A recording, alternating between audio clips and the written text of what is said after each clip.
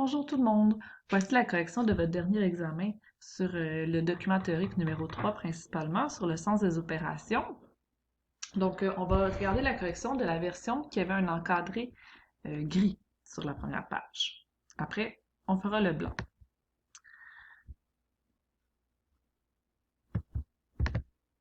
Donc, première question. Pendant une évasion, le nombre de zombies triple toutes les semaines.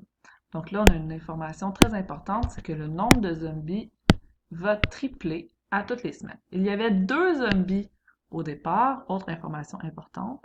Il y avait 2 zombies au début de la première semaine. Combien de zombies y avait-il à la fin de la 9e semaine? Donc, au début de la première semaine, il y avait 2 zombies. Donc, j'en ai 2 au départ. Puis après ça, ça va tripler. Donc, tripler, ça veut dire que je fais x3. Je vais faire x3 combien de fois? Il y a 9 semaines. Donc, je vais faire x3 9 fois parce qu'on est au début de la première semaine, on veut se rendre à la fin de la 9e semaine. Donc, je vais multiplier par 3 9 fois. 3 petits points, je veux qu'il y en ait 9. Donc, si je multiplie par 3 9 fois, je peux faire 2 fois 3 exposant 9 pour ne pas avoir à écrire mon x3 9 fois. Donc, 2 fois 3 exposant 9, c'est le choix de réponse E. Pour les deux questions suivantes, parmi les exemples suivants, lequel montre que la soustraction n'est pas commutative? Donc, commutative, on avait vu, c'est que les deux chiffres, on les inverse. Donc, par exemple, 9 et 5, ici, ça devient 5 et 9.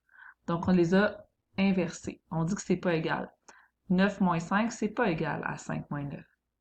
Il y en a un qui donne 4, puis l'autre qui donne moins 4. Donc, c'est ici que ce n'est pas commutatif. À la question 3, si on fait les calculs, ici on a 55 moins 55 à la 2, ça fait 0 à la 2 qui fait 0. On veut savoir quand est-ce que les expressions sont égales à 0. Donc lui, c'est vrai. Ici, j'ai 100 divisé par 10 fois 0, ça fait 0. 100 divisé par 0, c'est comme 100 sur 0, on peut pas. C'est erreur. Ça fonctionne pas. On peut pas diviser par 0. 3 fois 8, 24. Moins 6 fois 4, 24 sur 3. Ça fait 0 sur 3, ce qui fait 0. Ensuite, ici, 2 à la 5, ça fait 32. 2 à la 4, ça fait 16. 2 à la 1, ça fait 2. Puis 2 à la 0, ça fait 1. 32 moins 16 moins 2 moins 1, ça fait 13. Donc, le C, c'était bon, je l'encerclais. 999 à la 0, ça fait 1. N'importe quoi à la 0, ça fait 1. Et 0 à la 999, ça fait 0. J'encercle ici. Donc, voilà, j'ai A qui est bon, C qui est bon, puis F qui est bon. Prochaine question, on avait des petites corrections à faire. Donc, ici, c'est 9, 9, 9, 9, 9, 9. Donc, on veut savoir laquelle des chaînes d'opérations va nous permettre de trouver la réponse de ce problème. Donc, en lisant la question, avec les priorités d'opération dans les différents choix de réponse, c'était possible de trouver la réponse sans faire les calculs. Alors, 6 amis vont au restaurant. Les 6 personnes vont payer chacun 10 $. Donc, on sait qu'on a 60 $ qui va être donné à la caisse. Puis là, il y a 3 pizzas, 4 fromages à 9 $. Ça, les 4 fromages, c'est comme une sorte de pizza. J'aurais pu dire 3 pizzas hawaïennes. Donc, 3 pizzas à 9 $, une bouteille à 5 $ et 2 boîtes de gâteaux à 6 $ chacun. Si chaque personne donne 10 $, quel sera le montant rendu à chacun? Donc, on sait qu'au départ, il y a 60 $ qui vont être donnés. Et ensuite, on va soustraire les montants d'argent. Donc, ici, si je regarde la première, 6 fois 10, ça fait bel et bien 60. Puis là, on va soustraire. Puis là, il y a un 4 qui est en lien avec la pizza 4 fromages, qui est toutes sortes de pizza. Donc ça, c'est sûr que c'est pas la A. Donc la A, on l'élimine. La B, je vais y revenir. La C, on a 6 fois 10 qui va faire 60. On soustrait tous les prix des choses. Puis là, on divise par 6. Mais on divise par 6 à la toute fin, alors que c'est tout ça au complet qu'il faut diviser par 6. Donc, il manquerait des parenthèses ici. Donc, c'est pas celle-là non plus. Ensuite, la C, ben j'ai pris les dépenses, puis j'ai soustrait des dépenses l'argent qui est donné au caissier. C'est l'inverse. Il faut prendre l'argent donné au caissier, moins les dépenses pour savoir qu'est-ce qui va rester comme argent pour l'argent rendu. Donc ça, c'est pas bon non plus. La suivante, donc on fait 6 fois 10, qui donne le 60 $ d'argent donné à la caissière. On soustrait 3 fois 9, on soustrait 5 pour la bouteille, on soustrait 2 fois 6 pour les gâteaux. Puis là, il y a des grandes parenthèses, puis tout ça, on divise par 6 pour savoir l'argent rendu à chacun. Donc, on divise par 6. Donc, ça, c'est une bonne réponse.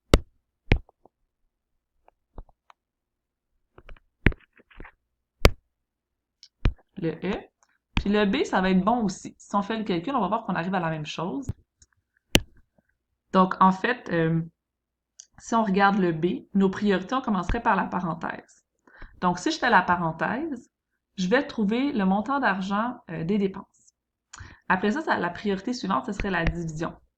Donc, si je prends le montant d'argent des dépenses, puis je le divise par 6, ça va me donner le montant des dépenses pour une seule personne. Donc, après, quand je vais faire la soustraction, 10 moins le montant des dépenses pour une seule personne, ça va me donner la même réponse qu'à la lettre E. Donc, c'est une façon différente de le trouver, mais j'arrive à la même réponse. Ensuite, question 5. Donc, il faut faire les priorités PEMDAS, donc les parenthèses, les exposants, les multiplications et les divisions de gauche à droite et les additions et soustractions de gauche à droite.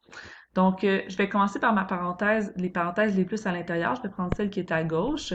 2700 divisé par 300, ça donne 9. Je réécris tout le reste. Donc, 9 à la 2, moins 1. Je réécris mes parenthèses.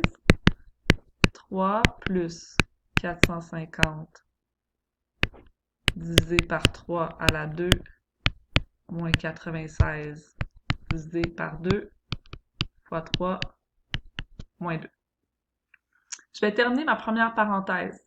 Donc, 9 à la 2, ça fait 81, moins 1.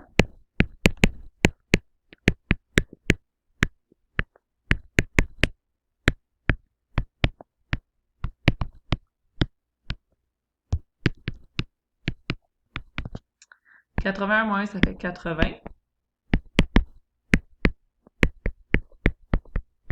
Donc, j'ai terminé la première parenthèse.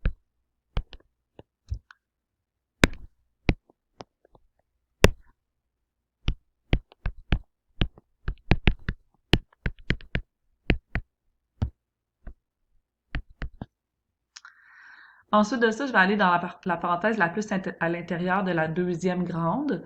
Donc, le 450 divisé par 3 à la 2, c'est la division puis l'exposant. Donc, l'exposant a priorité parce que il y a un nombre qui a un exposant à l'intérieur de ma parenthèse. Donc, avant de faire la division, je vais faire l'exposant. 3 fois 3, ça fait 9. Donc, j'ai 80 divisé par 3 plus 450 divisé par 9 moins 96 divisé par 2 fois 3 moins 2. Ensuite, 450 divisé par 9, ça va faire 50. Donc, j'ai 80 divisé par 3 plus 50 moins 96 divisé par 2 fois 3 moins 2.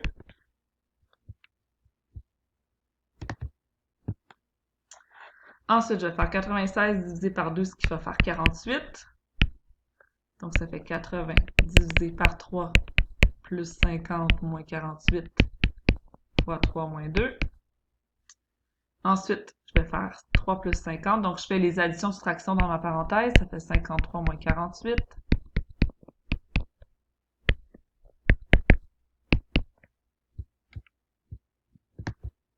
Ensuite, je termine ma parenthèse. 53 moins 48, ça fait 5. Donc, 80 divisé par 5 fois 3 moins 2 égale. Je vais faire ensuite la division en premier. 80 divisé par 5, ça fait 16. Donc, 16 fois 3 moins 2. 16 fois 3, ça fait 48. 48 moins 2, ça fait 46. Donc, la réponse est 46.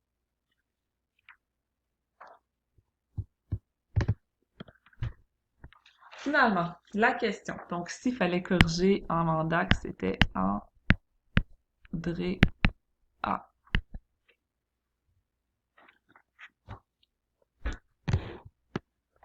Donc, Andrea, Bianca, Caleb et Dimitri font un marathon de lecture et décident pour le plaisir de prendre des statistiques. Voici ce qu'ils ont constaté. Dimitri a lu 84 pages, soit le double des pages de Bianca. Andrea en a lu 4 fois plus que Bianca et 2 de moins, que Caleb. Quelle est la moyenne des pages lues par chaque élève pendant le marathon? Donc, mon petit schéma à droite aurait l'air de ceci. Dimitri, il en a lu 84. Ensuite, Bianca, Dimitri a lu 84 pages, soit le double de Bianca. Donc, Bianca, il faut diviser par 2. Bianca en a lu 2 fois moins. Si Dimitri, c'est le double des pages de Bianca. Ensuite, Andrea en a lu 4 fois plus que Bianca. Donc, c'est fois 4 pour trouver Andrea. Et Andrea, parce qu'on parle encore d'Andrea, 2 de moins que Caleb. Ça veut dire que Caleb en a lu 2 de plus que Andrea. Si Andrea, c'est 2 de moins que Caleb. Donc, Caleb, j'ai fait une flèche avec plus 2. Donc là, je vais mettre mes titres et tout. Donc, premièrement, 1. Montant de Bianca, je vais faire 84 divisé par 2, ça fait 42 pages. Deuxièmement, le montant, je sais pas pourquoi j'ai écrit montant. C'est le nombre de pages. Nombre de pages de Bianca. Ensuite, nombre. NBR, c'est nombre. Nombre de pages d'Andrea. Donc, le nombre de pages d'Andrea, je suis à 42 pages pour Bianca et Andrea, c'est 4 fois plus. Donc, je vais faire 42 fois 4. 42 fois 4, ça va faire 168 pages. Ensuite, le troisième, nombre de pages de Caleb. Nombre de pages de Caleb. Donc, nombre de pages de Caleb. Caleb, c'est 2 de plus qu'Andrea. Donc, Andrea, c'est 168. On va faire 168 plus 2. Ça fait 170 pages. Puis la quatrième étape, on va trouver la moyenne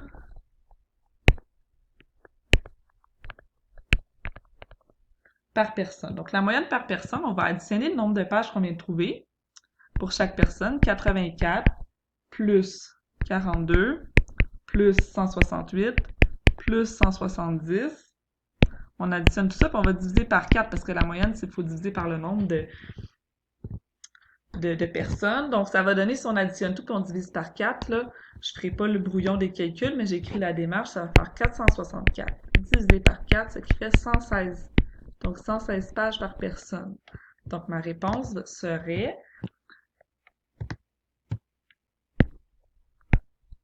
la moyenne des pages lues par élève est de 116 pages.